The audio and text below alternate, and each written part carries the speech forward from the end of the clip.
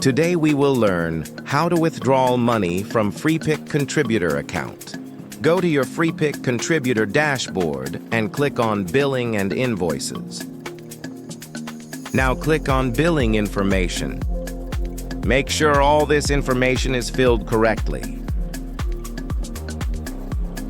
Remember, once you reach the minimum payout threshold on your contributor earnings dashboard, you will receive an email between the 4th and 9th of the month. To receive your payment, you must click on the Validate Invoice button in that email. This step is mandatory to process your withdrawal.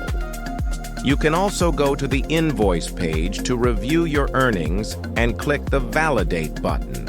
Once you validate the invoice, your payment will be processed and received within the following week. If you face any issues related to the withdrawal amount as a Freepik contributor, feel free to leave a comment. I'll be happy to help you. I hope you enjoyed this video.